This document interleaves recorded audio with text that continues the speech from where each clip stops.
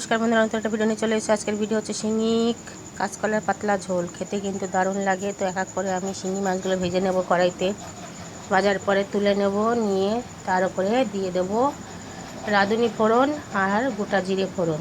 দুটো একসাথে ফোড়ন দিয়ে লম্বা লম্বা কাঁচকলা 2 পিস নিয়ে তো এইভাবে পাতলা পাতলা করে কেটে ভালো করে তেলে ভেজে নেব।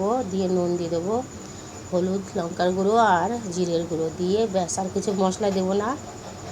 এই অবধি মশলা দেবো কেন, শিঙি মাছের জ্যান্ত মাছ কখনো মশলা দিয়ে রান্না করলে সেই জ্যান্ত স্বাদটাই চলে যায়। তো পাতলা করে ঝোলটা করব।